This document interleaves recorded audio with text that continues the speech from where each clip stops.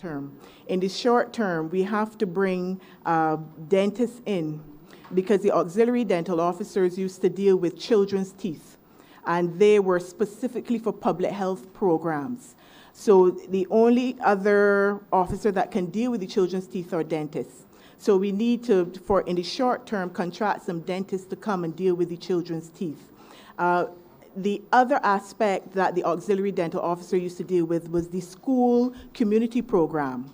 And this was where we would go into the schools and we would do a lot of preventative work in terms of, one, teaching the children how to care for their teeth, and two, doing rapid assessments. So we would know what is the level of dental care going on in especially our primary schools. So the dentists will come in and deal with the clinical aspect in the polyclinics, but in terms of the preventative work that has to happen in the schools, we're looking at a community dental educator. And these will be dental assistants that we would train up in order to do the rapid assessments and do the promotion that is necessary. And that is the medium term. In the long term, we are looking to train the dental therapist hygienists that will then take over the role of the auxiliary dental officer so that we wouldn't need the dentist then, we would have the dental therapy hygienist who can take over the care of the children. So in this way, we will tackle both the preventative aspect of the dental program and the clinical aspect. So right now we are in the process of making sure that we have all of the costings correct in the proposal, and we also have the empty posts that would have been occupied by the auxiliary dental officers. We will be able to use those in the costing going forward. One question before is there room for volunteerism? I've actually spoken to one dentist who was quite willing and ready to volunteer, but did not get quite a positive response. Is there room for volunteerism? I'm sure the member for Christchurch West would be familiar with dentists who might be willing to volunteer their time. Yeah, we are very happy with dentists who volunteer once they meet the requirements, one of which would be that, obviously, that they're registered, and that, one, they have their liability insurance. And I'm sure they would have that if they're practicing in Barbados. The other issue, though, you did mention the therapist hygienist. So where is that training being located? Right, so the therapy hygienist, that training is being sourced. We know for sure that the training does occur in England, and so that's why it is the long-term approach, because we know we would have to train up those persons, and therapists, hygienists can take up to 4 years to train. Okay, thank you. And the last question, and it also relates to the same profession. Oral surgery services have always been lacking at the Queen Elizabeth Hospital. What program and policies you have in place from an oral surgical point of view, providing that sort of service in the Queen Elizabeth Hospital? I will ask the Director of Medical Services of the Queen Elizabeth Hospital to address this one.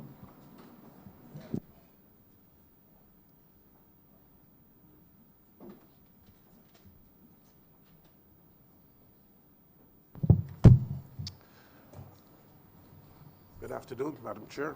Thank you, Minister. We have no formal program for oral surgery at the Queen Elizabeth Hospital.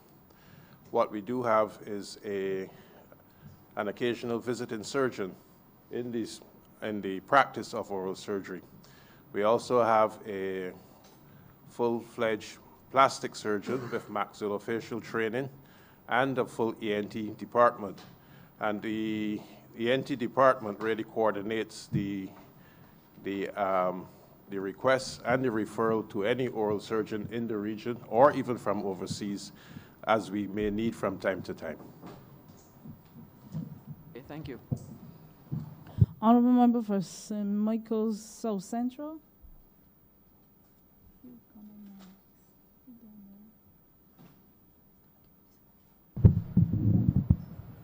Thank you very much, Madam Chair. Now, Minister and team, last week, the Cabinet of Barbados considered the population situational analysis that was commissioned by the government. We asked a population commission that we put together some months ago to look at some of the population trends and to be able to guide us as a country, to be able to lead us in a conversation about what are some of the population trends that are going to affect how we need to craft policy. What the commission found is quite sobering. And as I mentioned, they will be coming to the country to be able to have that conversation and consult with Barbadians about what are some of the things that need to be done. We know, for example, that we dropped below replacement rate of the population back in 1980. We know, for example, based on that study, that if we had had replacement rates, the population of Barbados would now be at about 360,000. We know that the healthcare costs associated with what we call this graying population are expected to double in the next medium-term period. I want to ask, therefore, two things. One is, what are the plans that the Ministry of Health and Wellness has with respect to geriatric care?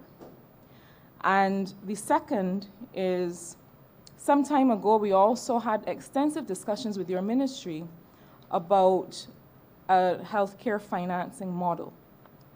What is being proposed, especially in the context of the Barbados Economic Recovery and Transformation Plan, to really come up with a sustainable way of financing healthcare, bearing in mind that it's not just the Queen Elizabeth Hospital and polyclinics, but Minister, where you and I happen to be neighbors, we have essentially an entire medical care complex that spans the Belleville area and the Greater Bridgetown area.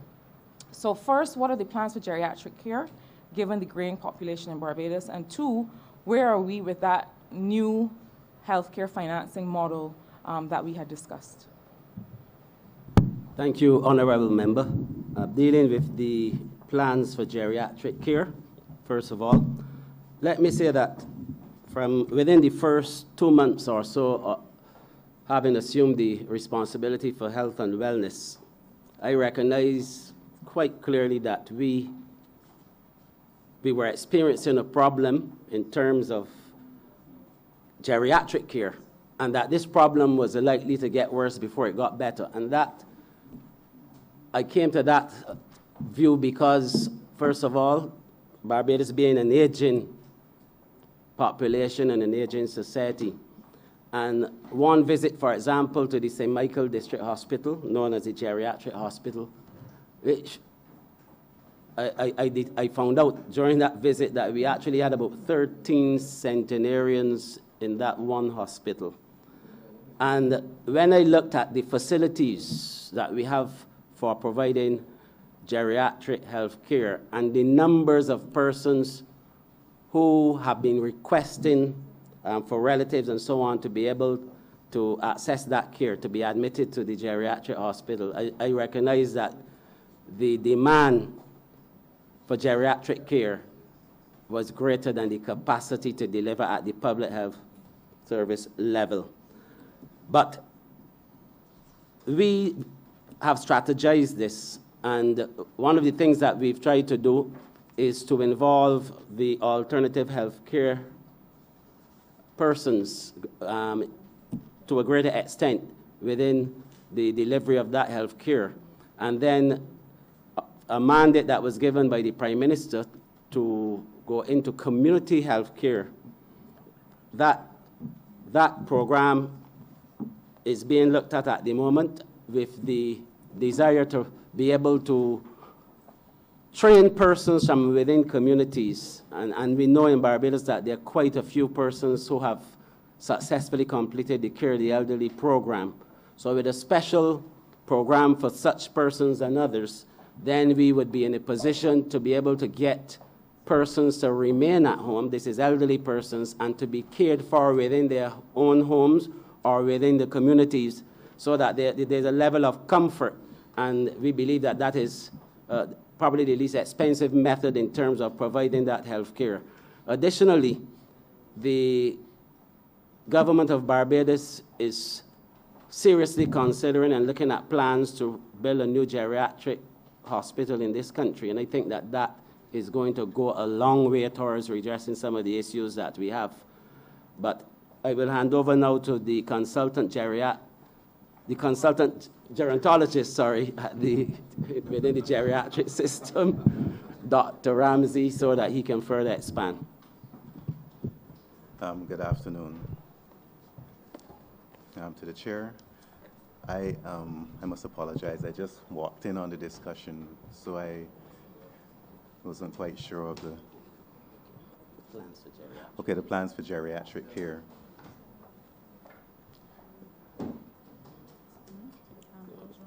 Yeah, sure.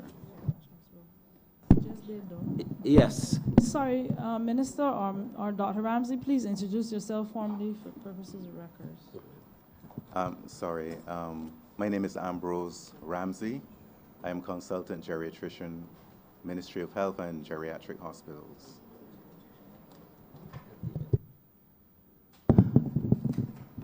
Yes, to continue with what I was saying, I believe in every situation that one should look to see how a particular situation can benefit a country.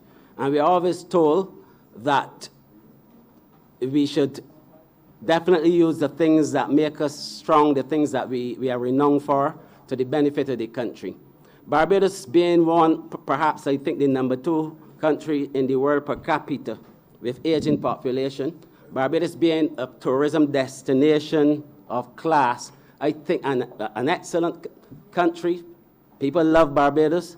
I have this vision of making Barbados the hub for elderly tourism in this country once we have the facilities to do so.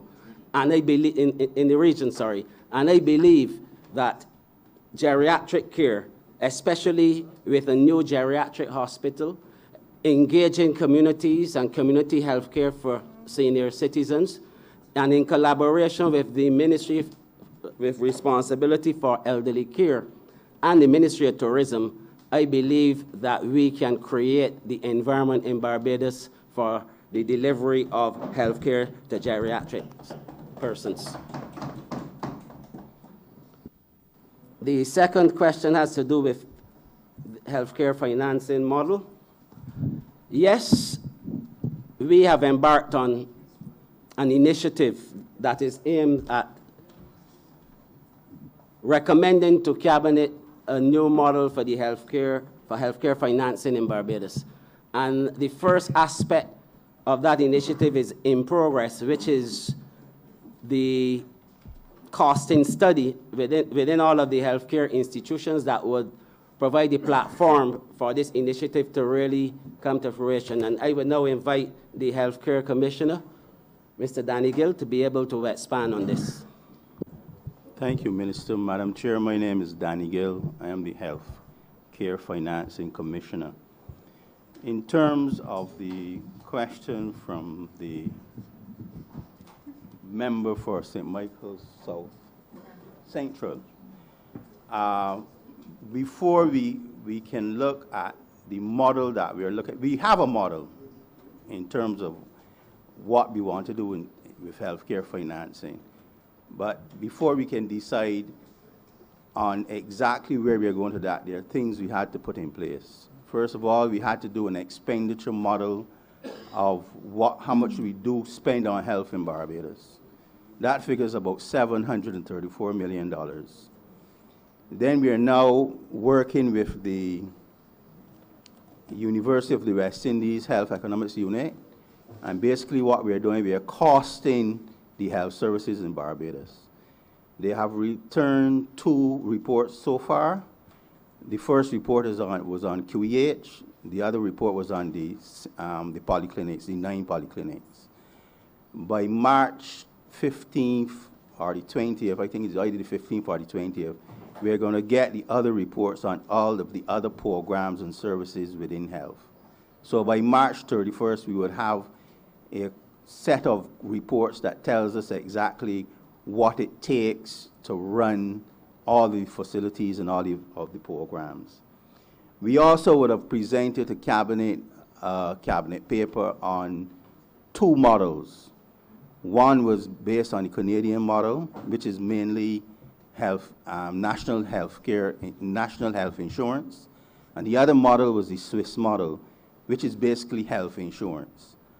For us to then build out those, we need then to have in place the expenditure model, the costing model, and then we would also need to look at what is going on in our population.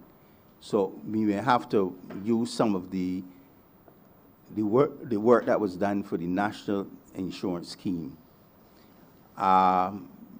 Basically, we have most of the elements in place, and at least by year end, we should be able to, not year end, but at least in the next couple of months, we'll be able to say exactly where we are going with it. Madam Chair, just a quick follow-up. Thank you, Mr. Gill, for that update.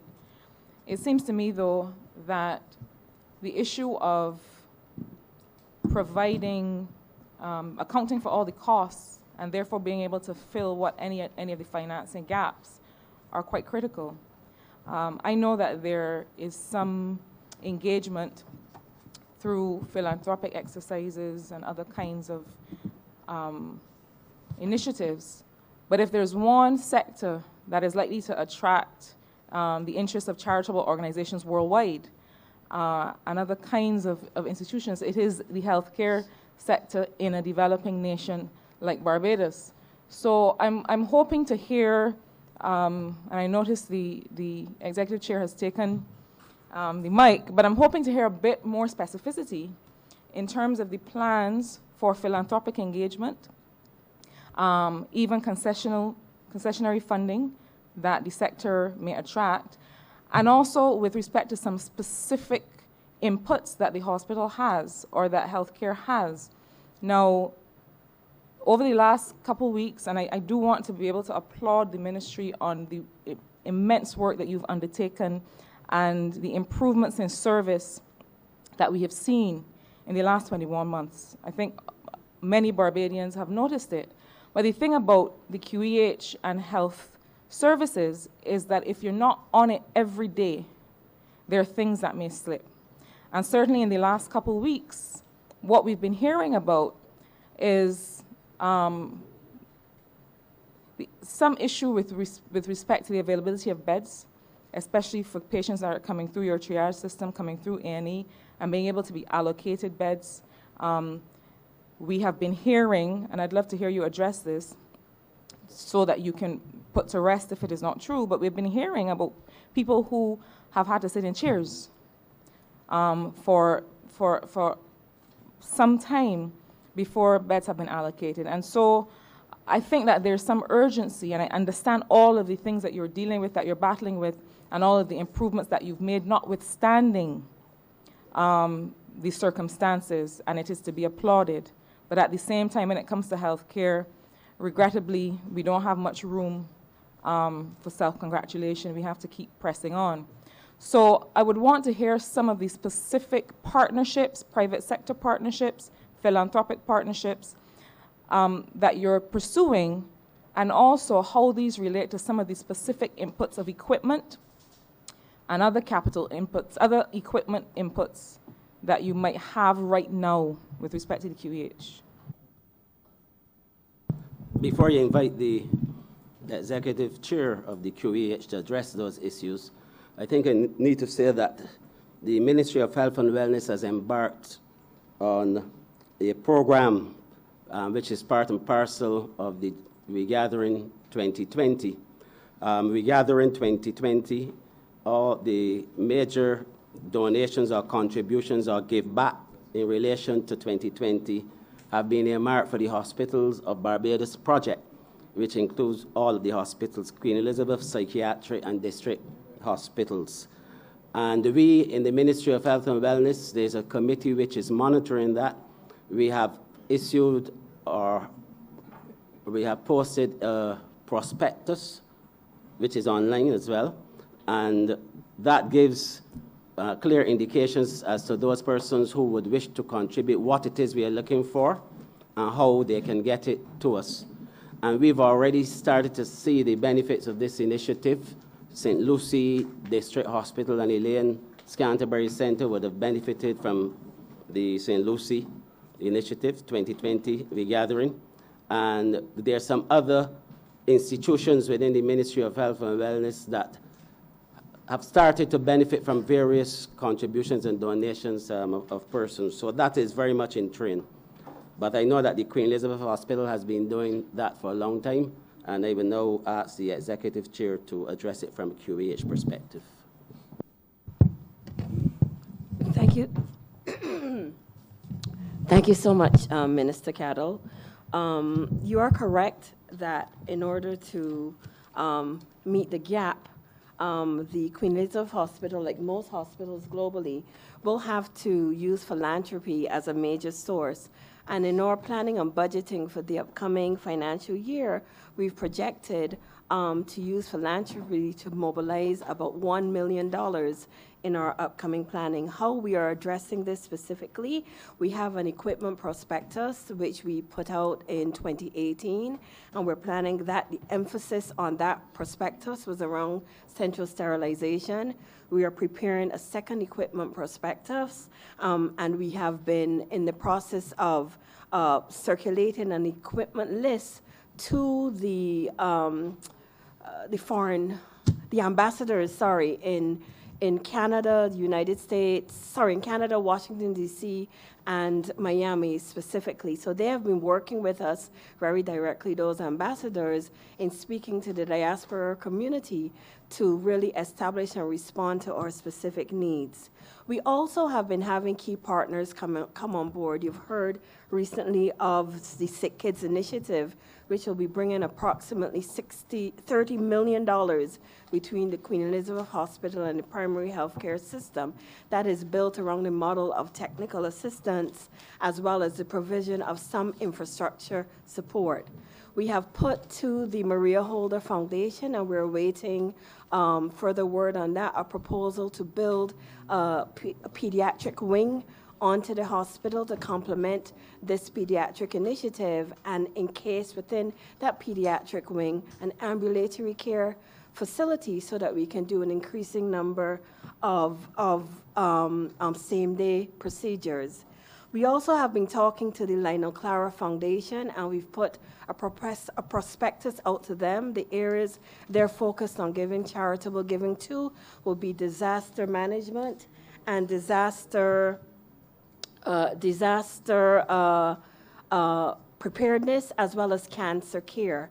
So we've put to them a proposal for helping us with the area of building out and headquarters for the ambulance service, for providing shutters across the entire facility in the case of emergency, and for other initiatives around disaster preparedness. In the area of cancer, we're looking for their support in the area of oncology treatment and strengthening our provision of services, and the area of providing a linear accelerator supporting us to build this has also attracted their attention. So I wanted to give that assurance that we are using philanthropy as a major initiative. We have a strategy we're rolling out, and we're getting the necessary responses. A key initiative we want to focus the local community on is painting our facility.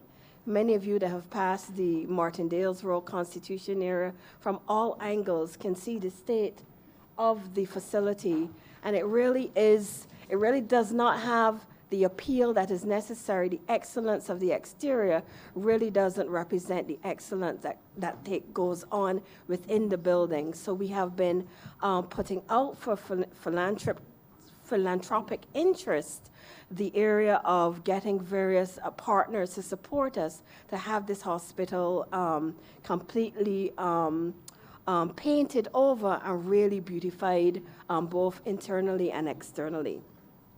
You're also correct, Minister Cattle. through you, Chair, that the area of financing, I'm very appreciative of the fact that the Minister duly recognized that the provision of tertiary services doesn't just take place within the precincts and walls of the Queen Elizabeth Hospital, that the private sector, particularly in the Belleville area, have made substantial investments. What we're doing as an institution, with the support of the Commissioner for Health Financing, is the Health Economics Unit has completed a study, or is near completion, which tells us the cost of services of many of the procedures that we're currently doing at the hospital.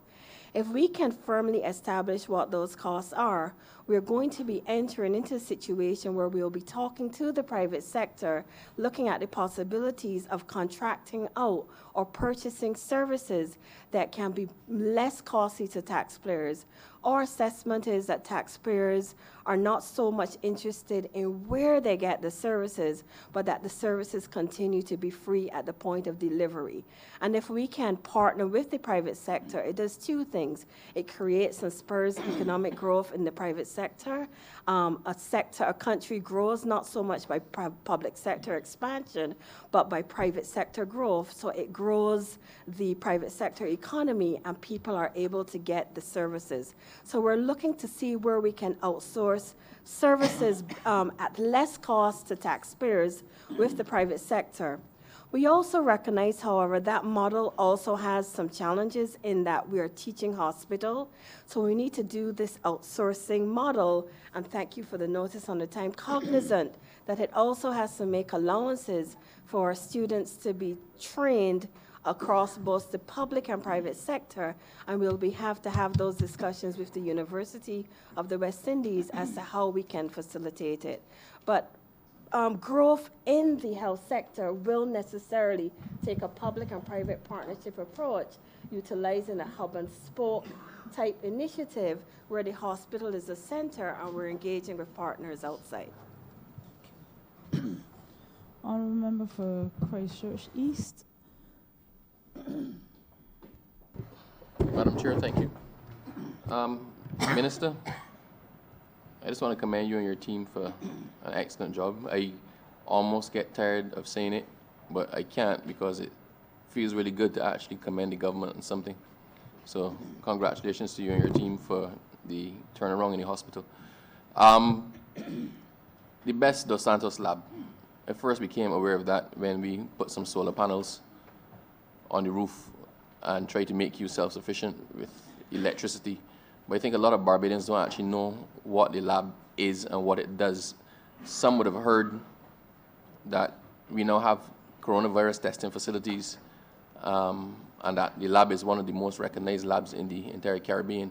But perhaps if you can enlighten us as to what are your plans for the lab over the next year, what is it equipped to do, what is the role of the lab in this current, I don't want to say crisis because we don't have a crisis yet, but with the anticipated action that will come eventually. So I just would like to know what is the plan for the lab, how equipped is the lab to deal with the testing for coronavirus, and just what else does it do so Barbadians can actually know that we have a world-class lab and have some idea what goes on there. Thank you, Honorable Member, for your questions. Like you and like most Barbadians, before I became Minister of Health and Wellness, I did not know anything about the Best Dos Santos lab. But when I visited the lab, I was amazed and impressed at what I saw. The equipment and quality equipment, the level of training of the staff, what it is that they actually do there, and then the possibilities for further development of that lab, and also the revenue earning capacity of the Best Dos Santos lab. And I have seen over the last 18 months the importance of having a lab like the one we have at Best Dos Santos in this country, not only because of the threat of corona, but we've had other public health issues which the lab had to be pressed into service to be able to help us to resolve. And I'm really, really happy at the standard and the commitment and dedication of the staff of the Best Dos Santos Lab. And so it is my pleasure to invite Ms. Sonji Beckles, who is responsible for the lab, to be able to answer those questions. Good afternoon. My name is Sonji Beckles. I'm currently acting director for the Best Dos Santos Public Health Laboratory. Thank you for your question. So based in terms of what our lab actually does at this point in time, we are the only public health lab that exists currently here in Barbados. We do majority of the testing for the public clinics, all of the polyclinics. That kind of testing include, we would test, we would do research on swabs, we would test urines, we do a variety of blood tests for STI monitoring such as syphilis. We also do such herpes, simplex virus, human papilloma virus, chlamydia and gonorrhea. So we do quite a lot of investigations on the samples that we do receive from the polyclinics. Also, we also work with the Environmental Protection Department and the Barbados Water Authority in terms of monitoring the water quality of samples coming from throughout the island, including pools, standpipes, the reservoirs, etc. So we do quite a range of testing. We also do molecular diagnostics where we monitor things like HIV, DNA PCR, not only for Barbados. We have been doing some testing for other islands of the region, for the OACS islands, for quite a few years before the Best Dos Santos Public Health Lab is actually an amalgamation of 3 different labs: the Lady Mead Reference Unit Laboratory, the Leptospira Laboratory, and the Public Health Lab. And so the LRU lab at that time, when we were separate, was doing testing for the OACS in terms of DNA PCR, which is the early infant diagnosis of HIV. We do resistance testing for HIV as well, and we have been doing testing for places like Suriname, Guyana, and some of the OACS islands as well. So we actually have quite a range of services that we offer. With respect to the coronavirus, we are one of the few countries within the region, immediate English-speaking region, that are doing the testing. They include Jamaica, Trinidad, Dominica, Guyana.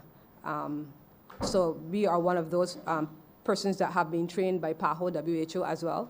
And so we are doing the coronavirus testing there. And in terms of our capacity, we are actually receiving the reagents from PAHO at this point in time. We've also tried to order some through the CDC website, influenza resource reagents. We actually, in terms of our capacity, we actually have 5 persons that were trained, and we have 3 machines that could actually run. So we do have the possibility that if one machine goes down, we have backup machines that we can use. So I think we are pretty well off in terms of our capacity for testing at this point in time. I don't want to ask you too direct a question, but what is the turnaround time on a test for the coronavirus? At this point in time, it's 4 hours, but of course that is only because we only have very few samples coming in. I imagine that it will hit shores of Barbados at some point, and then obviously there will be a delay in terms of the numbers of samples coming in, actually processing them and actually producing a result. But at this point in time, with the few samples that we do have coming in, it's 4 hours. And are you comfortable that you have enough resources to deal with the expected testing as time progresses? In terms of reagents, no, because we really don't know how it will balloon. The capacity that we have at this point in time, we can probably do another 80 tests. PAHO has indicated that they will supply reagents to do another 300 to 400 tests, but is that enough? Maybe not. So we are actually in the process of trying to procure more reagents as well and see if PAHO can actually offer more assistance. And I think, Madam Chair, that I need to add there that the government of Barbados, through the Ministry of Health and Wellness, is actually at the moment trying to source additional testing kits that we will purchase, because we recognize that the government has a responsibility to the citizens of this country to try to get as many kits available for use in Barbados in the event that we need to have those kits. Minister, I believe everybody understands and appreciates that there's probably a worldwide shortage of this with what's going on in the world now, but I'm comfortable you're doing your best. Thank you. Honorable Leader of the Opposition.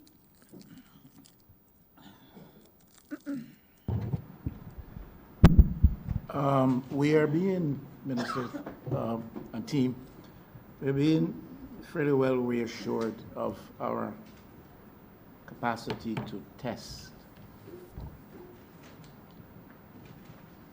The availability of testing kits in quantity is quite a controversial subject in other parts of the world. But we're being reassured of our ability to test, our capacity to test.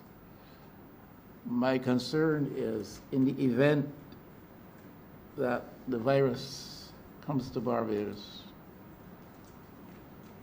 the rate of spread seems to be fairly pacey, quick in other parts of the world. Do we have the capacity to respond to and treat the number of infected persons? I think I heard that the Enmores is a 6-bed, 7-bed, 9-bed facility. St. Lucie is being prepared. St. Lucie District Hospital is being prepared as a quarantine center. And the St. Lucie Naval Base, potentially refurbished quarantine center. But actual intensive care treatment center, as is the case with the Enmore facility. In the event that the virus comes here and there is a quick spread, my concern will be our capacity then to respond to that. Thank you, Honorable Member. We too recognize the need to increase the capacity, the current capacity from the 6-bed center that we have established at Enmore. And so there are two things that we are working on at this point in time. First of all, the Harrison Point facility is expected to be a dual facility in that it will house a quarantine center, but also an isolation center, which would give greater capacity to the center at Enmore. And that isolation center, I believe, we are looking at about a 31-bed facility. And in addition to that, we have also a field medical hospital, which is being managed by the Barbados Defense Force, but it involves other sectors of society in terms of human resources. And that facility, at the moment, we are looking at being able to provide some additional capacity, somewhere between 20 to 40 beds if required, that will then give us the capacity that we think that we can manage with at this point in time. In terms of the spread of the disease and how we will respond to it, I'll invite the Acting Chief Medical Officer, Dr. Anton Best, to speak.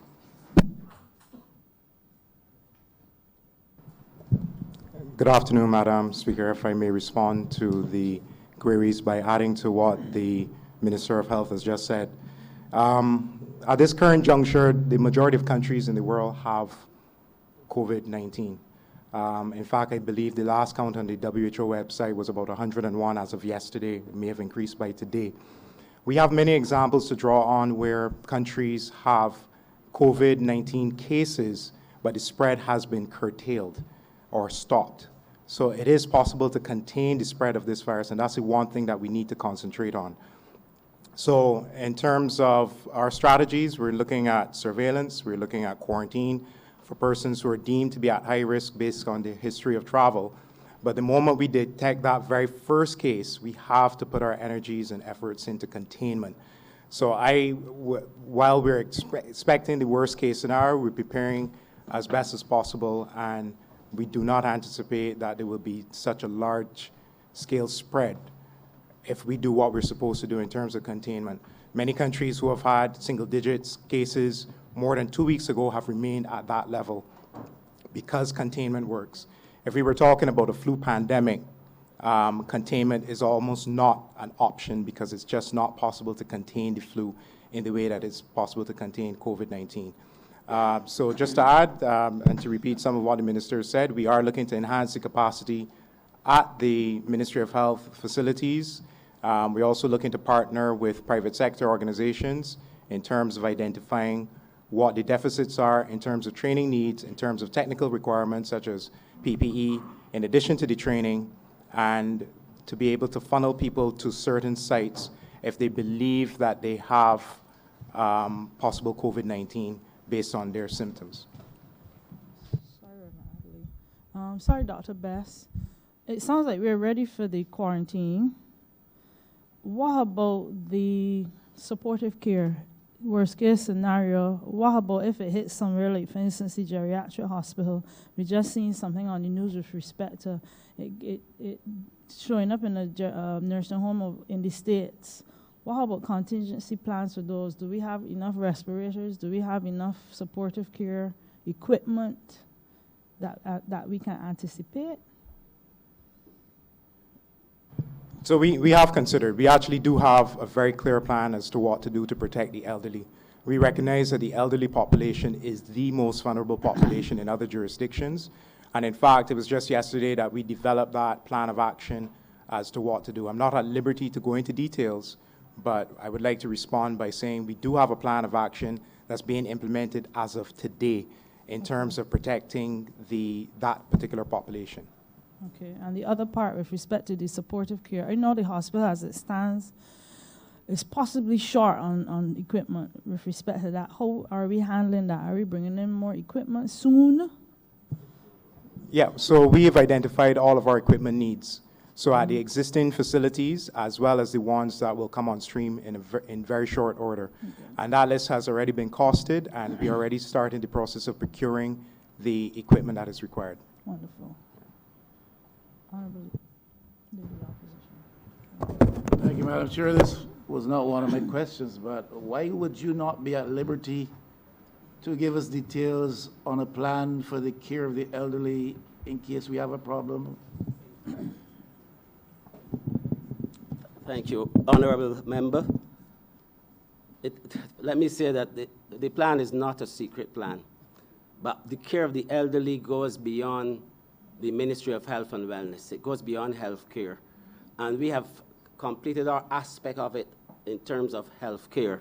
But we are now scheduled to have a meeting with the ministry with responsibility for elderly care so that we can then fashion out what we will then call the national plan for the elderly in relation to COVID-19. So I agree with you, Madam Chair. I can read your mind. We don't have a plan.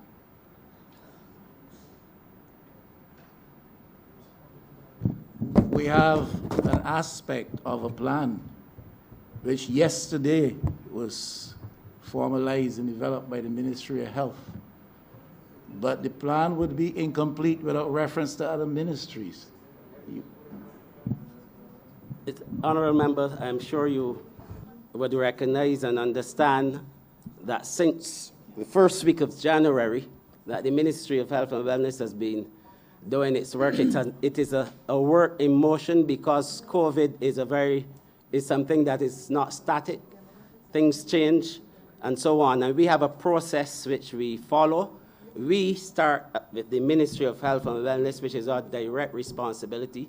Then we engage those stakeholders that we need to engage. And then the draft plan, and that's any plan, then has to go to Cabinet for Cabinet to give its blessings to the plan, because some of the plans obviously would involve finance and other things, and that is the process that we've been using. So it is a work in progress, but we've done most of the work that is required from a health perspective.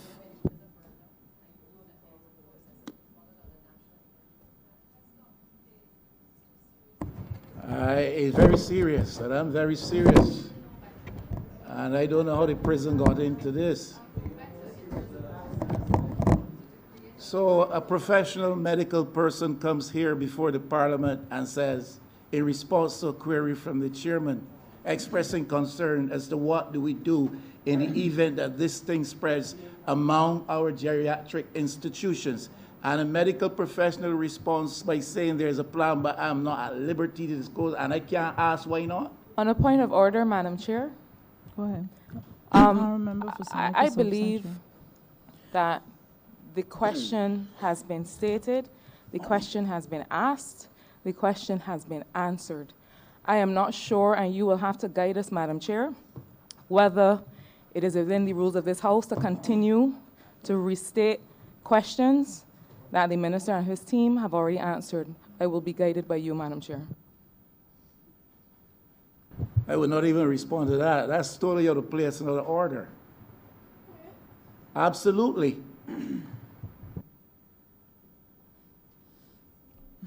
But, Madam Chair, would you, no, I'm not finished. I'm still waiting for a response to my query. Well, what is the plan? The Ministry of Health has a plan. What's the plan?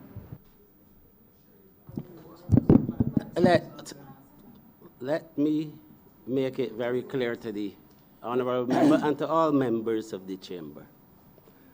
There's a process which this ministry and this minister have been following. Only this morning, yes, we had a meeting. We all know, for example, with the National Disaster Response Plan, that plan is developed during a period of time, and that the plan is improved. If there are any gaps in the plan, that there's continuous development of the plan. In relation to any COVID plan, and I said it from the first 2 or 3 briefing sessions that I had, that it was a work in progress, but we had to hit the ground running because COVID was already in progress, and we were developing as we go along. And in this particular case with the elderly, we've been doing a lot of work on it within the Ministry of Health and Wellness. We know what we will do in relation to the safety of the healthcare facilities for the elderly, but the plan for the elderly is part of a national pandemic plan, and that plan at the moment has not yet been approved. We know exactly what to do if something happens, and we will act in accordance with those plans and with accordance with our expertise and experience. But in terms of making the plan public, that will come in due course, and it will be very soon. Any further questions? Thank you, ma'am. Some would suggest that in Barbados today, what is occurring is a perfect storm. We have an aging population, that's one. We have an increasing incidence of chronic illnesses, that's 2. 3, we have a disinclination or an inability on the part of perhaps the weaker economic elements to seek for primary care because of the prohibitive costs. That's not a reflection on the medical profession. That is a reflection on the austerity of the moment and the level of economic distress that obtains. So the cost is seen by many to be prohibitive. They put off going to the doctor until it's too late. You end up with a bigger problem. There's a power of advertising that drives our lifestyle. Number 5, we have a more sedentary lifestyle at the moment. A lot of practices that we ought to discourage ourselves from. There's a declining capacity of the state to fully finance or properly finance health care. That, to my mind, is a perfect storm.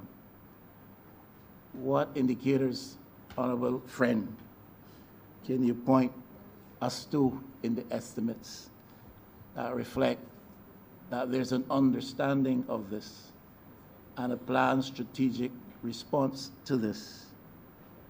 And do you think that we are at the stage where we need a special dispensation in healthcare? And should there be a national platform for dialogue on health-related issues in Barbados as the situation stands now? Thank you, honorable member.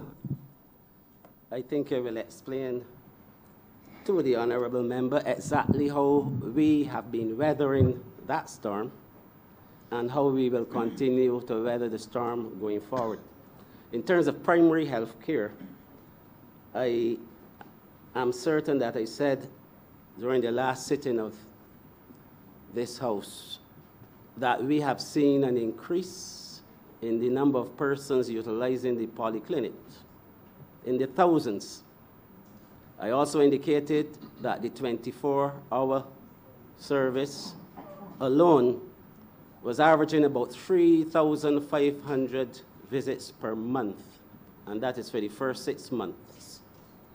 With January registering about 4,130 visits.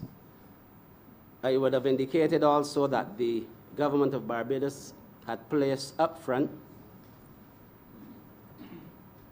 $10 million, I believe it was, for the Accident and Emergency Department, to refurbish the Accident and Emergency Department.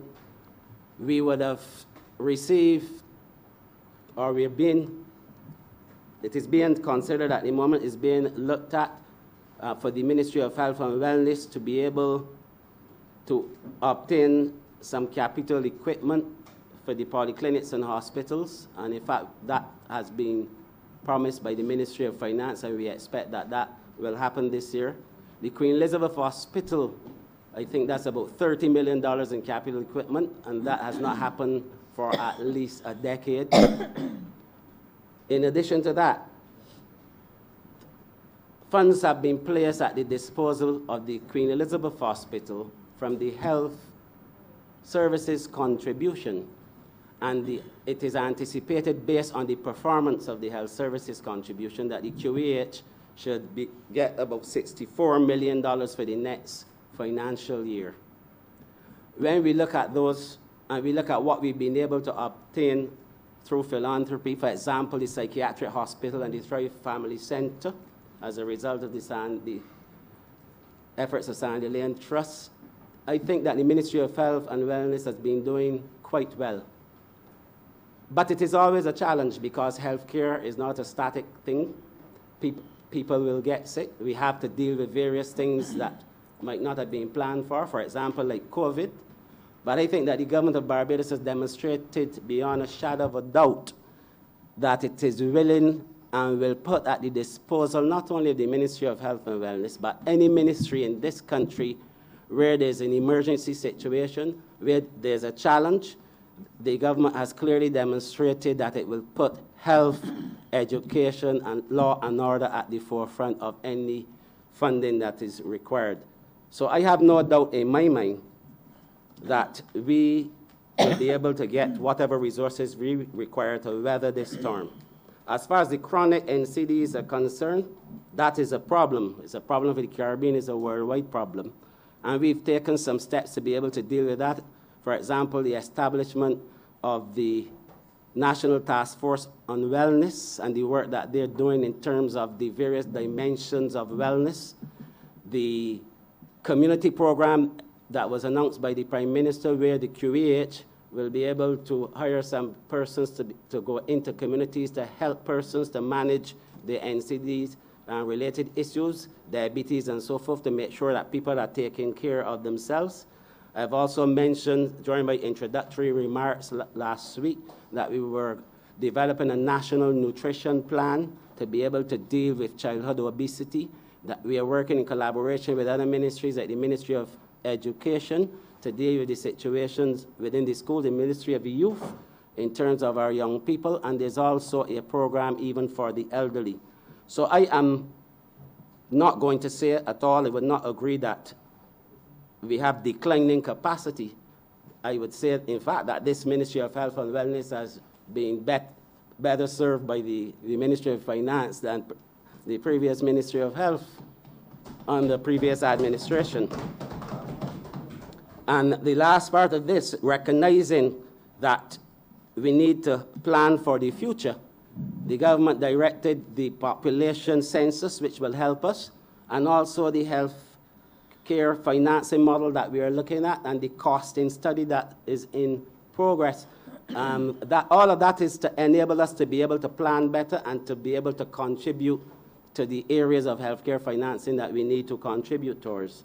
And so our primary health care service is well intact, and I would say to anyone that the standard or the state of public health in this country is what is going to serve us in even a time like COVID.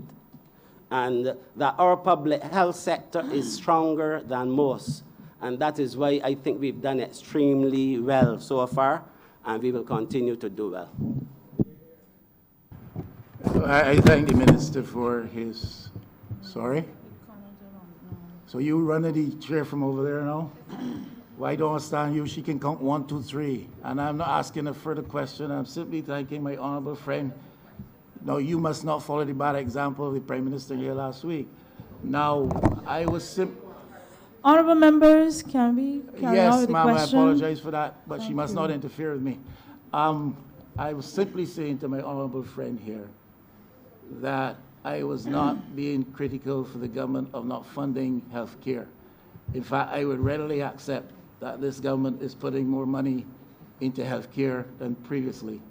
I was simply trying to suggest that the increased level of services which you are now offering, the demands that are placed on our institutions by the health sector itself, the patient world of the health sector, and the fact that you are in an institution which is pretty dated in several respects, and that you are facing a situation where multiple pieces of important equipment are coming to the end of their shelf life and their serviceability, then the government has to be able to find the money to do all of that. And it is a stretch to government. That's all I'm saying. Not criticizing you for the level of spend. I thank you for your response.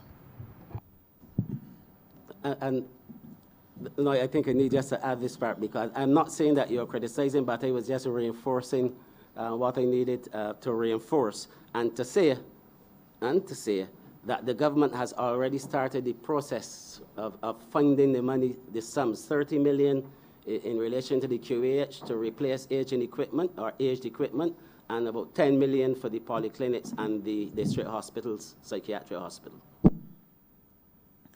Thank you. Honorable member for St. George South. Thank you, Madam Chair. I have been listening to the quizzing by the member for St. Michael West, and he understands very well. When we started to prepare our manifesto, it was not in the form that it is right now, and it never took a day. Anyhow,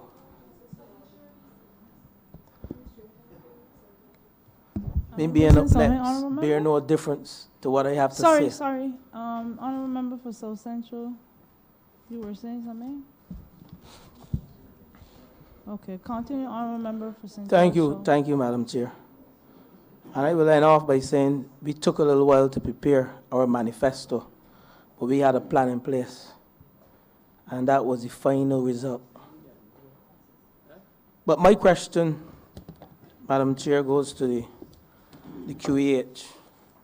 And again, the quizzing of the QAH, I would like to hear from the minister, or through the minister, he can direct the question to whoever. What are the plans for the year 2020-21 for the Queen Elizabeth Hospital?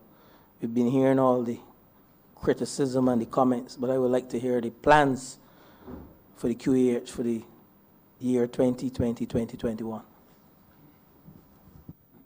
I'll invite the executive chair to respond.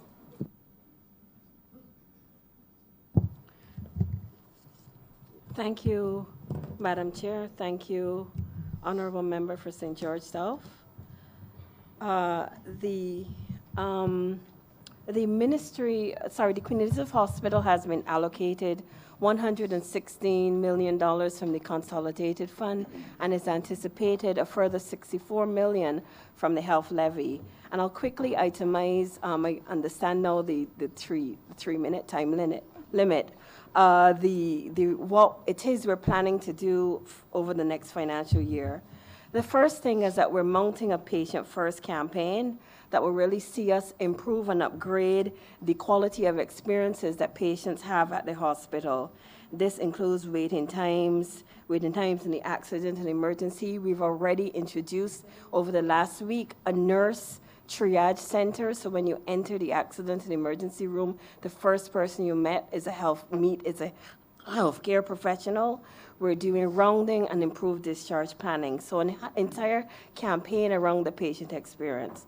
Secondly, we recognize we have the opportunity to do an infrastructure upgrade to the hospital. For this, we will be upgrading the front entrance, building out to improve the security, building out the accident and emergency room, remediating the lab premises, which are old and termite-eaten, expanding the pharmacy oncology. We've been borrowing space from the Best Dos Santos lab to do chemotherapy treatments, and that will end within a few months. And we'll be improving the stairs and other infrastructure to better improve the conditions of work for staff and patients. Thirdly, we are mounting a project cleanup campaign. We're in the process of cleaning up both inside and outside of the hospital. Key to this campaign is also securing the premises. We have been experiencing an increased level of crime, and we also have within the hospital to staff and patients, and we're also grappling with the issue of loss prevention, the loss of vital equipment and supplies. So we've had to strengthen our security through the installation of cameras and other facilities. We also are re-equipping, you've heard already of the $30 million investment that's been made in our equipment. We're also restocking the hospital. We have been affected by stockouts from time to time, and some are because of the position of our local suppliers. We're doing a 3-month top-up of our supplies and really going back to market to improve our tendering processes. HR staff morale at the hospital has been extremely low for many years, and we've had this as a major area of priority. Our junior doctors are going to be seeing an increased focus on how we can provide opportunities for them to grow, how we can reduce the numbers of hours of work. Some are working up to 36 hours on a shift, and we recognize the time has come to institute new modern practices for how we train doctors at the hospital. We also are going to be looking at the issue of posts within the medical fraternity of the hospital and regularizing other positions. We also have a number of initiatives, such as the 6 Kids Initiative to improve pediatric care, our community health workers, and we'll be expanding our advocacy around building out our kidney transplantation program. We need to have more Barbadians aware of the opportunities to give kidneys to relatives so that we can improve the quality of life for persons on dialysis care. And finally, in terms of our key cross-cutting initiatives, we will be over the next year implementing a hospital information system, digitizing all of the processes within the hospital so we can better track our patients and better track our resources and how they're spent. And we'll also be introducing a monitoring and evaluation system. Right now, we're making a lot of decisions not on the basis of adequate information, and it is time that we really use the tremendous amount of data that we're collecting to better inform the decision-making process. We'll also be looking at how we can reduce costs in a number of areas, including the area of being self-sufficient in terms of water in the case of emergency, and in the case of electricity, reducing our electricity bill. We will be looking at revenue generation. We have lost some income as a result of the very progressive CARICOM Nationals policy that the government has introduced to allow persons who are living here to benefit from healthcare treatment. That has resulted in some income loss to the hospital, but we'll be making that income generation up in a number of ways through a car park facility and other initiatives were expected to increase the amount of resources available to the hospital. I hope, Honorable Chair, that this gives a quick snapshot of some of the key initiatives that we're doing with the budget that we've been allocated over the next financial year.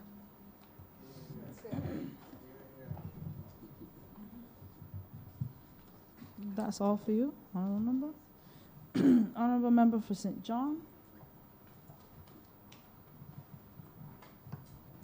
Thank you, Madam Chair.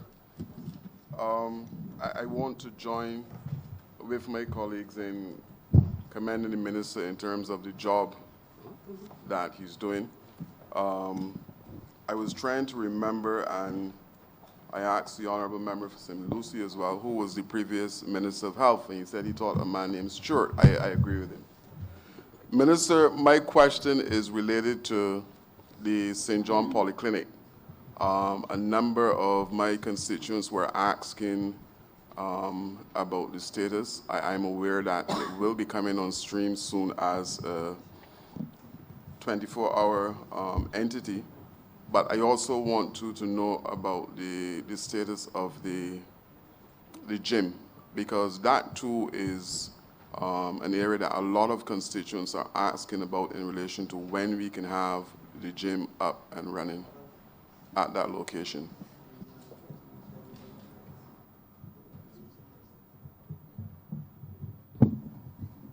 Thank you, honorable member. From a policy perspective, let me reassure you and the good people of St. John that the 24-hour initiative is still on. We have determined that by the 1st of July, that we are going to take will be the start of a two-phase approach to the 24-hour service in St. John. And 1st of July, we will go to extended hours at that polyclinic. And then we will proceed after that, depending on our analysis of the situation as to when we'll go for full 24 hours. The reason why we've decided to do that is because, first of all, when we looked at the data in relation to the 24-hour service at Winston Scott, and we look and we recognize where the persons were coming from. Out of an average, let's say, of about 3,500 visits per month at the 24-hour service at Winston Scott, we were only seeing about 400, 500, 600 persons from the catchment area that we expect that the St. John's Polyclinic would serve. And that was about between 16 to 18% of the visits at the 24-hour service. And out of that, only about 2% of those persons actually are coming from St. John. When we look at the ambulance service, and the intent is to have an ambulance located at that polyclinic, there are not many requests coming from that catchment area for the ambulance service. Now, that is not to say that these services are not in demand. There may be a number of reasons. For example, I will readily admit that until we have enough buses so that my honorable friend from St. Michael West is able then to give us some cross-country routes that will lead to the St. John Polyclinic, that will be an issue. And in terms, sorry? Christchurch West, that will be an issue. And in terms of the ambulance service, it is possible that perhaps the people in that catchment area, because they were not able to access the ambulance service before, probably decide that they will just do their own thing and go up privately. So we determined that we would look and see how things play out with an extended service, an extended hour service, and then we will proceed to the 24-hour service accordingly. And that is still in train. Remember that the reason why we were not able to do both polyclinics was because we had human resource issues, and we have some nurses from Ghana that are earmarked to augment the existing service at the polyclinic in St. John. And I believe that over time that we will be able to get to the 24-hour service in St. John, which is expected to cater particularly for St. John, St. George, St. Joseph, St. Andrew. The gym at St. John, when I became Minister of Health and Wellness and I toured that facility, I saw an excellent gym, but it was not being used. Excellent equipment. When I investigated this matter, I discovered that I think it was the Heart and Stroke Foundation was supposed to have utilized the gym in terms of treatment for persons requiring physical exercise and activity, but that really has not happened. And I have had some discussions within the ministry because I think in our efforts to promote healthy lifestyle and to try to deal with the obesity in the country and to get people active, that the facility at St. John should be made available under some arrangement to the people of St. John. And that is something that we will be pursuing going forward. Just one final question, Minister.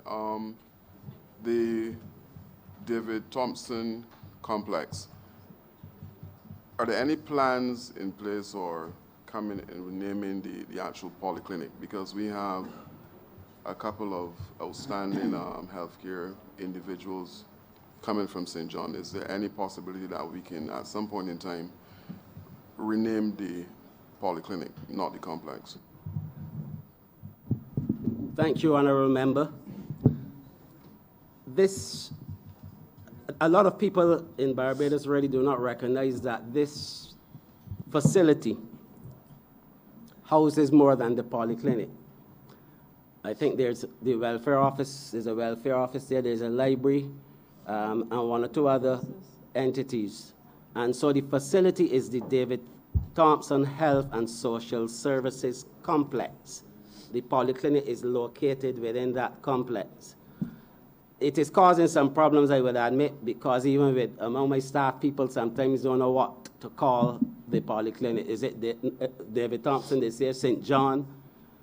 It is a bit of confusion, and I believe that some consideration ought to be given to having the polyclinic, not renamed, given a name, and recognizing that the polyclinic is located within the David Thompson Health and Social Services Complex. So that is something that can be considered. Honorable Minister, I heard you talking about nurses we brought over to service well, it's not full 24-hour. Is there still room for nurses to get placement? Why I actually have a constituent that has been applying before our administration, really, up to last year, and has heard nothing, and she's qualified probably more than I am. Is there still room for hiring? I can say that, well, the ministry and the minister certainly doesn't, the minister does not deal with hiring and so on, but I can say to you that, as I believe the executive chair of the QEH would have indicated last week, and I would have done so too, that there have been local nurses, qualified registered nurses who have been employed within the healthcare system within the last few months. And as long as people apply, we have there's a need for us to be able to satisfy the local demand.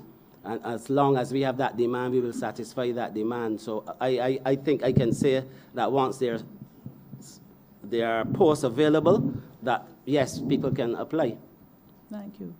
Honorable Member for St. Thomas.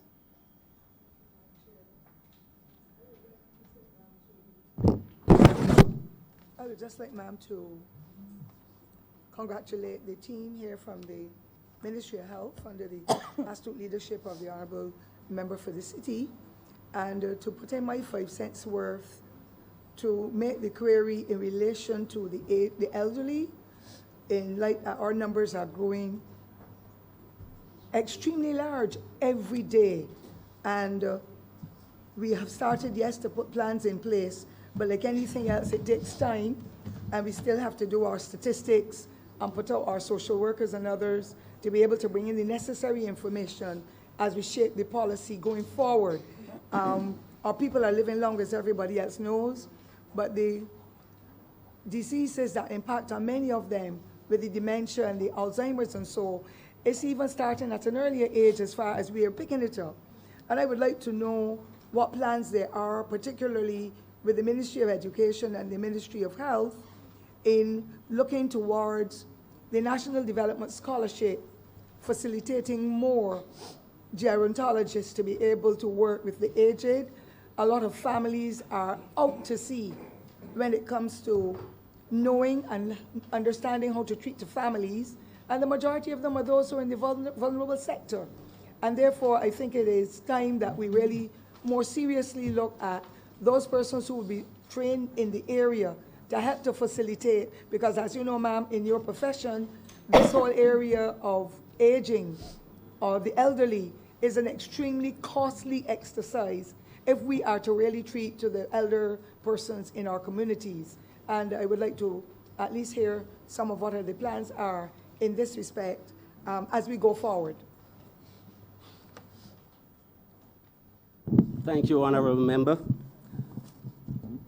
There's not much that I'm going to say on that at this point in time, because except to recognize, I acknowledge that there's a need for a comprehensive review of the elderly care facilities, structures that we have available, and also strategy based on the exactly what you said in terms of the aging population and the human resource capacity that we have available. What I can say is that within the geriatric system, I have seen some excellent care being given by caregivers, by nurses, and I believe that we can do better in terms of improving the facilities and obviously increasing the facilities. But as I said earlier, the community program, I think, is perhaps the key initiative in this regard.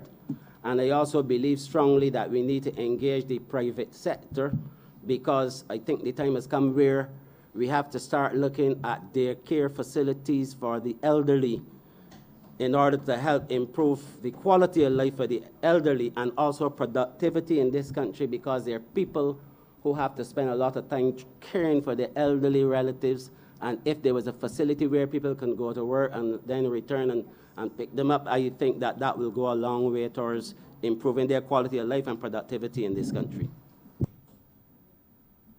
Thank you very much, Minister. I agree with you wholeheartedly, because there's still a lot of wonderful persons, both men and women, in our numerous communities across Barbados who look out for the elderly, and they get nothing. They do it as a service, as most Barbadians are very hospitable and want to be able to share, because they would have grown up in the villages, and the same seniors would have worked with them to help them to be able to achieve. So I agree with you on what you've said in that respect, and of course in the daycare facilities for the aged, acknowledging that before the 1960s, our women had to find ways of having their babies kept. And we had a whole set of activities engaging private sector and others to build their nurseries for babies. Now that we have achieved the largest population of children, we need to now start refocusing our needs, as our ministry is doing now in the MPEA, to be able to cater for the aged. But it is not a single entity like ours in the Ministry of People Empowerment and Affairs that can do that. We really will rely on all the other agencies to come on board, particularly the Ministry of Health. And it brings me to the next query in relation to those elderly persons who occupy those critical bed spaces at the Queen Elizabeth Hospital and the alternative care program, and that we see every day the need for the expansion, and for us in the MPEA to be able to have more of our people put into the system. And one will appreciate there are hard times, and have always been hard times with poor people. And a lot of those who may be currently in the hospitals occupying these critical beds, I think it's about $25,000 a year to facilitate them. That is my idea, my figure in my head. And you look at what will happen in the alternative care program, that is so much less. And the district hospitals, which continue to do an excellent job, and I heard what the Honourable Minister said earlier, I would like to know how we would be able to work to help those very poor persons. We've got some social workers, we've got the National Assistance Board, and they bring in some reports. Every day, reports come to us, the Permanent Secretary, myself, others, wherever you go, for senior citizens who are suffering and need to be in care. But if I'm working for $350 a week, and my old grandmother, or my mother who had 2 strokes and can't work, or granddad who, for whatever reason, is now unable to help himself, how can I look after my parents? So when they go to the hospital, that's what I'm picking up. They go to the hospital, and they have amputations, they've had these strokes, they're unable to help themselves. Families cannot go back, much as we would love them to. And I'm making a case because it is a reality we are facing. How can we then, I can't say how can we, but those persons are expected to come and say, take home your mother, the discharge is here. But then when they get to the old house, the floorboard is no good. They can't be wheeling around in a wheelchair because of the condition of the house. There's nobody to give them a meal at 11 o'clock or whatever time, and they too are suffering from the chronic, from the non-communicable diseases. So it is a holistic approach that we now have to look at, and it is critical that all of us come together in the various social agencies to see how we can map out in the plans that we're working with to be able to go forward. And so I would like to know about the alternative care, because when they come to us, the MPEA can do nothing except report it to the Ministry of Health, because we are partners, yes, but we don't have that measure of authority, even though we are seeing it every day. And it becomes even a personal challenge for us because we are pushing so far, but can go no further. Meantime, those who are disabled, those who are critically ill, are not getting the care that is necessary because the private sector too does not have enough space to facilitate. So the Honourable Minister is correct. So I would just want to know what is the thinking in the plans for the budget for this year, how we can start to continue to work and have our synergies to be able to cater to that critical area of elderly in the country. Thank you. Thank you, Honourable Member. The situation with elderly care in Barbados has to be viewed in a holistic manner. And I say that because I believe that there are a number of elderly persons within the district hospitals who do not necessarily require hospitalization. But hospitalization, in a lot of cases, is the only alternative to because there are some things that we just do not have. Similarly, I do believe that there are a lot of people occupying beds, and they can be advised on this one, who would better be in a rehabilitation center if we had a national rehabilitation center, and that would also create some bed space. I think the discussion must be had in relation to elderly care, marrying hospitalization or medical care with social care. And that distinction, I think, has to be, I think we have to create a nexus that will allow us to be able to provide the best possible care, whether it is health care or social care. We have to do a lot more, as I indicated, in terms of engaging communities with community health care. And I believe if we had, I know at the St. Michael District Hospital, there was a small their care center there for the elderly. And I visited that facility on a number of occasions, and I saw people, elderly people who were actively engaged and really enjoying themselves. And that made me realize beyond a shadow of a doubt that we have to expand that kind of a service in this country. And I think that will go a long way to alleviate some of the pressures which you are speaking about, Honourable Member. And finally, in the 2 years almost now that I've been Minister of Health and Wellness, I recognize the fact that we need, as a society, as a ministry, including the associations, the NGOs, to do a lot more to sensitize Barbadians about dementia and how to handle and deal with family members who are suffering with dementia. And I believe in a lot of cases that is why sometimes people appear to be abandoned. But I think it is a very challenging situation when you are at work or have to work and you have to take care of your children, you have to take care of your elderly parents and relatives, and that is something I think that we need to discuss. Honourable Member for St. George North. Thank you, Madam Chair.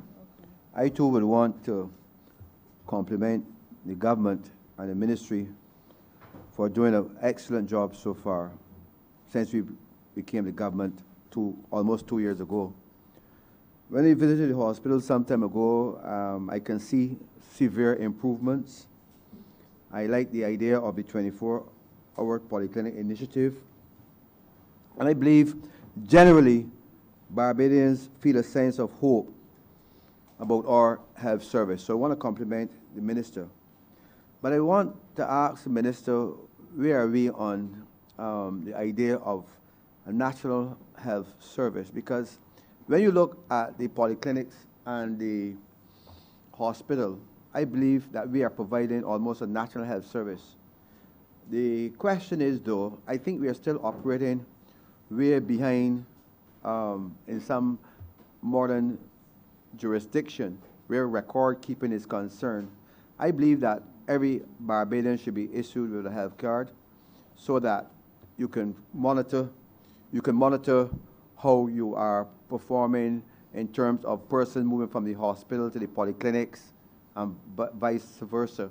That you are spending a lot of money in drugs for persons repeat going to the polyclinic and then going to the hospital and vice versa. If you have record keeping, proper record keeping, then persons will be able to, your doctors will be able to see the records, persons will be identified based on their ID and based on other things which hospitals usually use. And I have made the point over and over again in this parliament that every Barbadian should be issued with that health card so that you don't have duplication of efforts. At the hospital, you may have one person who is James Brown. You may have another James Brown. So so that record keeping must be something that the hospital, the new initiative. I heard the director mention that there's a new initiative coming, new initiative for the new year. But I specifically asked this question because I think, and I know, that if you have proper record keeping, like a card should not be too expensive, you will be able to monitor how one person can be going from St. John Polyclinic and St. George and then the hospital, so that there's duplication of things, and you're wasting a lot of money at the hospital because of this whole idea of the record keeping is very, very poor. So I would like to see a new initiative. And I have asked this question before, and I don't know where the hospital is on this matter. That's my first question.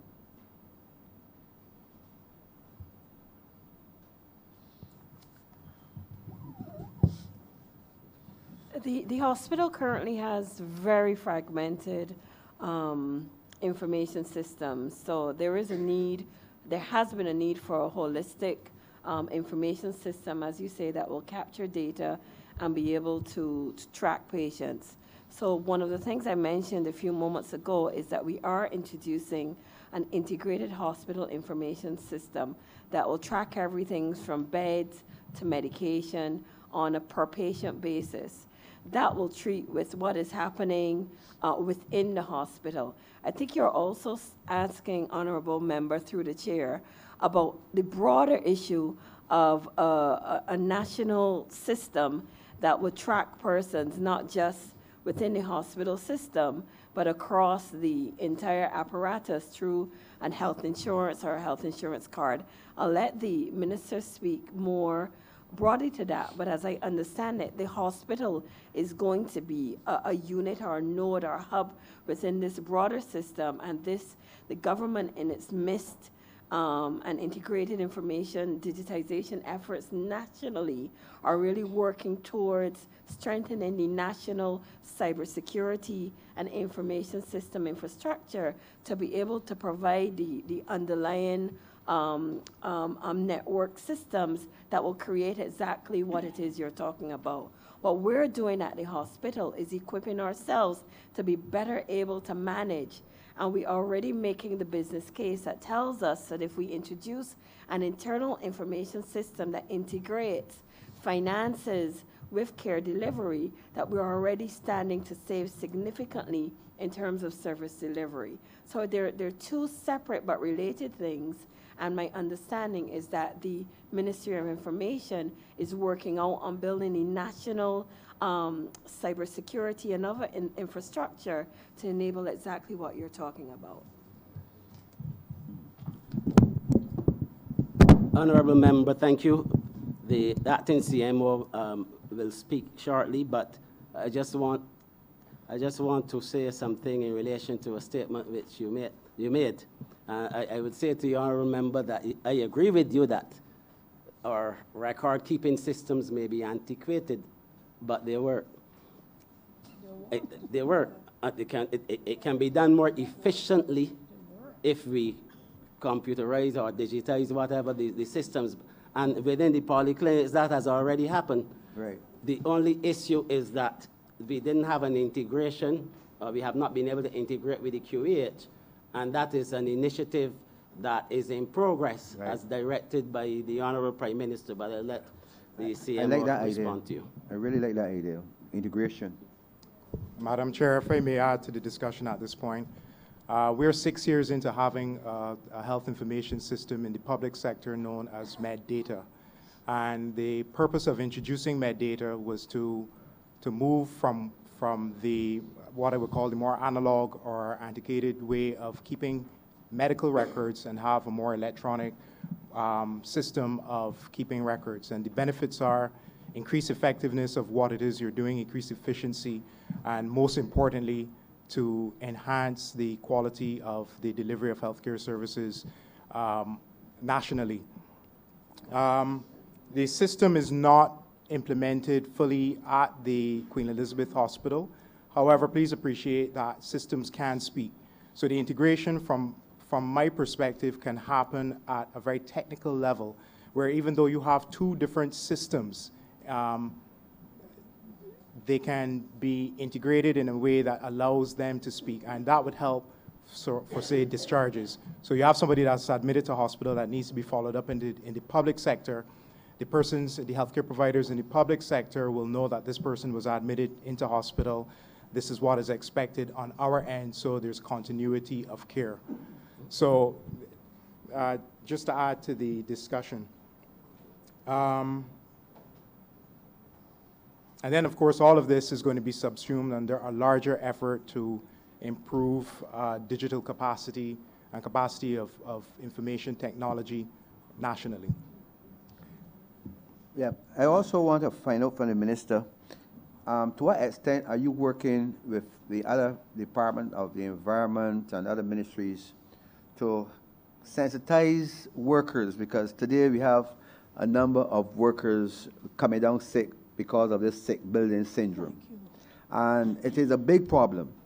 I know it is not your ministry, but I want to find out to what extent are you working, because almost every day you hear that workers are going off sick because they're not comfortable. And it seemed to me that this sick building syndrome is a problem in Barbados today.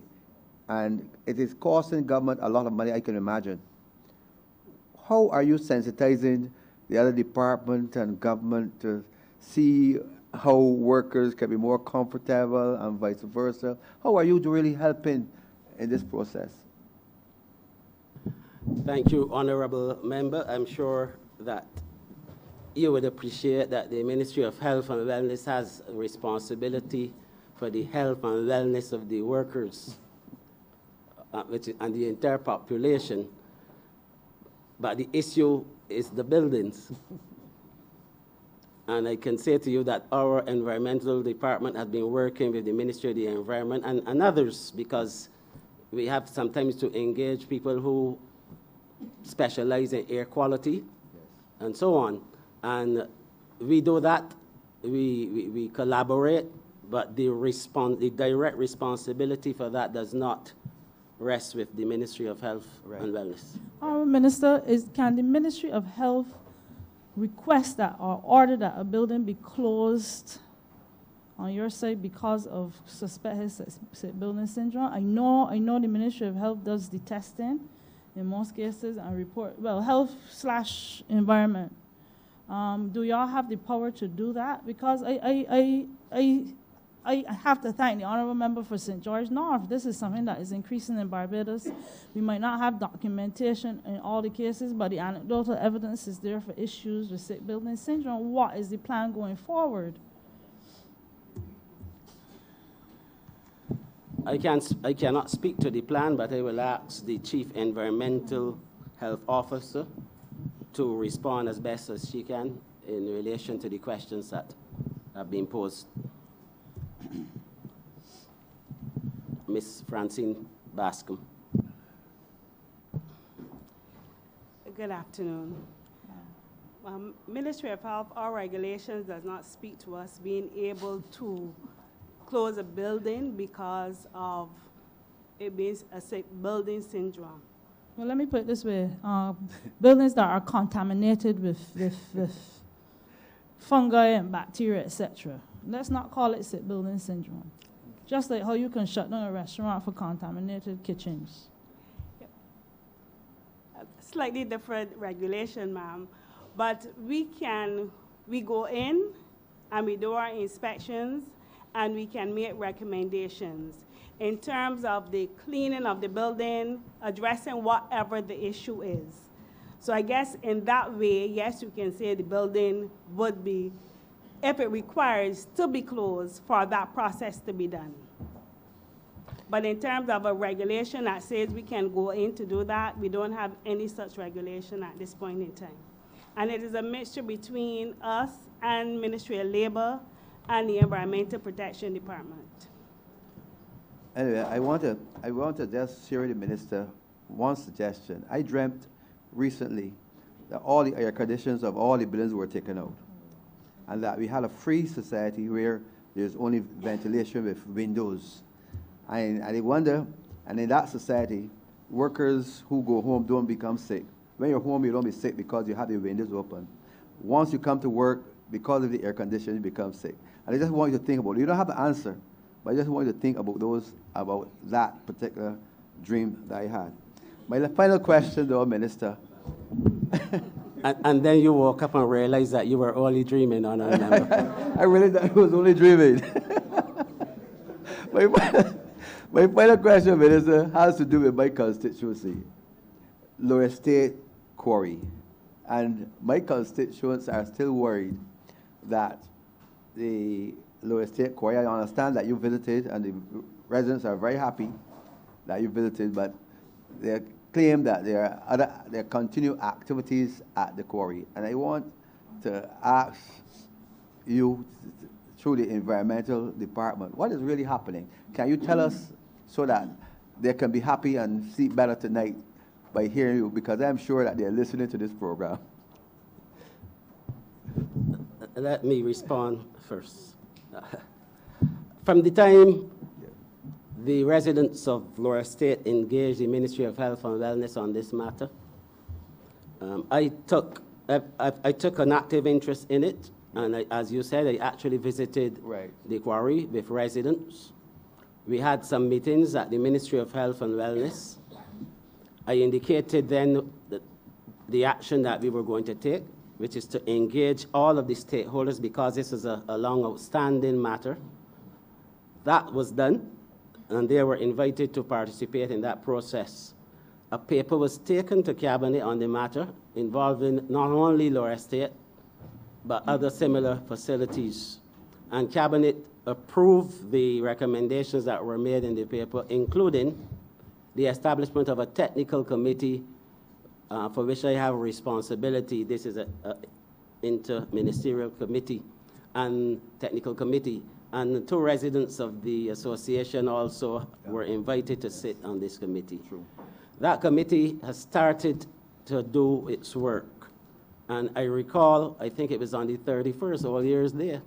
At 6 p.m. or so in the evening, or 7 o'clock, I was asked to come, and the chief medical officer and myself met with residents. Yes. And we explained what was going to happen and the action to be taken. And I know that committee has been meeting and have been engaging the residents, and things have been happening. In relation to whether or not the quarry is still being used, I certainly am. I am aware of one incident which was reported to me directly by a resident, but I'm not certain as to what is happening at this time. Okay, thank you. Honorable Member for St. James South. Thank you, Madam Chair. And I want to support the comments made by the Honourable Member for St. Thomas and the Honourable Member for the City in relation to the issue of elder care, because in St. James South, I have an aging population. I have residential areas that have very few young children. I have people who are retired, I have people who are seniors, and over the years, I've seen the inability of the individual sometimes maybe to cope if there's dementia or if there's immobility, or where sometimes families are just not able to cope. And therefore, I'm really looking forward that as a government, when we work together to create a holistic plan to deal with this crisis, because it is critical that we get our arms around it and help the society to adjust. One of the things I believe strongly, I'd started an elder care program in my constituency, and I remember I went just to open the session. But what the lady shared kept me gripped to my seat, and I had to call and tell who was waiting on me, I cannot come, I have to hear this. And I went to the entire program. And I came to the conclusion that every single family, because every single family member will become elderly, every single family member needs to understand about elder care. It made a tremendous difference to how I engage the elderly in my family, because I then understood better. And I really want to recommend that somehow we get something like that happening. But my main question has to do with what you had started to allude to. I know that your ministry has been liaising with the Ministry of Foreign Affairs and Foreign Trade over the CARICOM program about wellness and COSOD, and how we're going to link trade and health, and that right now, the COTED and COSOD are looking at what needs to be done in terms of controlling the things that are imported into the country that may be injurious to health, and how we can better use the COTED to help manage what people are consuming. I just wanted to get an update on where we are with that, but on a broader note, our national nutrition program, because prevention is going to be where it is at for us. And I just wanted to get a full understanding of what we're doing or what we will be doing in the future towards this. Thank you, Honourable Member. Thanks for the question. I'm going to invite Dr. Arthur Phillips, who's the Senior Medical Officer of Health with responsibility for NCDs, to be able to respond to your questions. Thank you, Madam Chair. A couple issues. The Ministry of Health is actively engaged in relation to the continuation of the discussion coming out of the joint COTED, COSOD Trade and Health meeting on NCDs, which was a special meeting. We don't often have meetings in which we discuss trade and health and NCDs, particularly in that context. And we were very happy to be able to collaborate with our colleagues in international trade and for the insight and support that they gave us in that effort. Most recently, there would have been some communication between Ministry of Health and Foreign Trade in relation to Barbados's representation on committees coming out of that, and Ministry of Health has nominated my post to sit on the two committees that will be looking at the issues and advising on the regional approach to these issues in terms of alcohol and nutrition in particular. On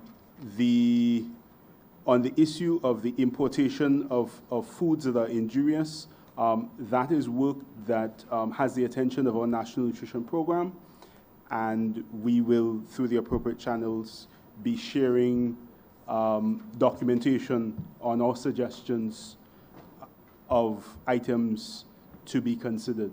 Yeah, we are fortunate to have the NCD Commission as well as the Cabinet the National Task Force on Wellness, as well as the Cabinet Subcommittee on NCDs. And again,